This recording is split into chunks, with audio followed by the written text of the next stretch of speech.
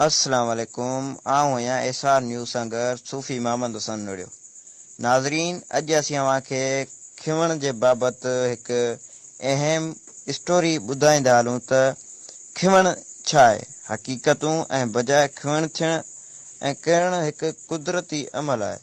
जॾहिं त खिवण दर हक़ीक़त इलेक्ट्रिकल डिस्चार्ज आहे ऐं ॿियनि लफ़्ज़नि में खणी ईअं चइजे त खिवण इलेक्ट्रिक करंट जे ककर जे हिकु हिसे खां ॿिए हिसे या हिकु बादल खां ॿिए बादल या बादल खां धरती तरफ़ वहण खे चइबो आहे। ककर ते काटू ऐं वाधू चार्जिस ॻाठ यानी फ्रिक्शन जी करे पैदा थियनि थियूं। बादल पंहिंजो पाण सां ऐं हवा सां टकराइजंदा रहंदा आहिनि। घाट जे नतीजे में साॻी ककर जे हिकु हिसे ते काटू ऐं हिकु हिसे ते वाधू चार्जिस या हिकु बादल ते ककर ऐं हिसे जे काटू हिकु हिसे ॿिए वाधू चार्ज या हिकु बादल ते काटू ऐं ॿिए वाधू चार्ज जमे थी पवनि थियूं। पोइ उहे चार्जूं काटू खां वाधू तरफ़ वहणु शुरू कनि थियूं। जॾहिं वहनि थियूं तॾहिं रोशनी पैदा थिए थी, जंहिंखे तव्हां खिवण चइजे थो। जॾहिं इलेक्ट्रिकल चार्जिस हवा मां वहनि थियूं तॾहिं हवा में मौजूदु गैस जी मालिक्यूल जा एटम गरम थी आयोनाइज़ थी वञनि था, जंहिं करे चार्जनि खे अॻिते वहण जो वसीलो मिलंदो रहे थो ऐं उन ई अमल जे दौरान आवाज़ पैदा थिए थो, जंहिंखे गाज चऊं था।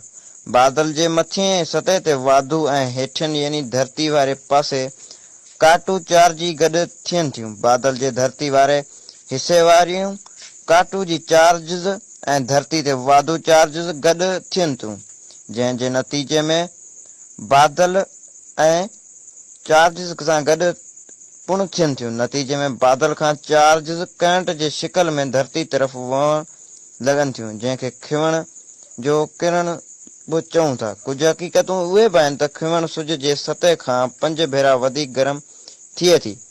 विच में अमेरिका, लातीनी अमेरिका ऐं हिमालय ते वधीक खिवण करे रही आहे। हिकु जॻह ते 2 दफ़ा किरी सघे थी।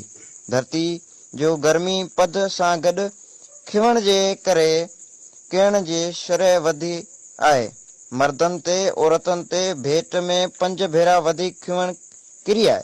तहक़ीक़ मूजिबि 2010 ताईं लाटिंग स्टार्टिंग यानी खिवण जे कर जा वाक़ा 50% वधी वेंदा आहिनि। आज़ादी जी मुसमे ते 500 भेरा खिवण किरी चुकी आहे। खिवण किरण दौरान 3 खां 5,000 एम्पियर ताईं करंट पैदा थिए थो। खिवण जो फ्लैश ते मेल डिघो थी सघे थो। खिवण खां बजाए का बि खुलियल जाइ खिवण खां गैर महफ़ूज़ आहे। बंदि कमरो या बंदि घर सभ खां महफ़ूज़ जॻह आहे। खिवण दौरान कमरे, कार या गाॾी जूं दरियूं बंदि रखजनि। दुनिया में सभ खां वधि खिवण वॾनि ऐं डिघनि वणनि ते किरी सघे थी।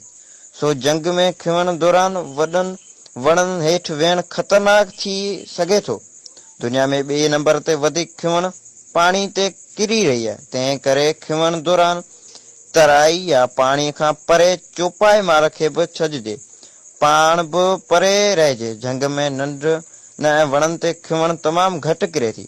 अगरि मींहुं न आहे पर किथे खिवण थी रही आहे त बि किरण जो ख़तरो मौजूदु हूंदो आहे। सिज जी रोशनी जी मौजूदगी में खिवण किरी सघे थी।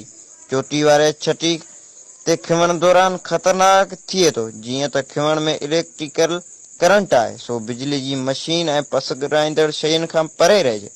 खिवण दौरान बिजली जे थंभनि ऐं तारनि खां परे रहिजे। खिवण दौरान का बि टेलीफोन इस्तेमालु करण खां पासो कजे।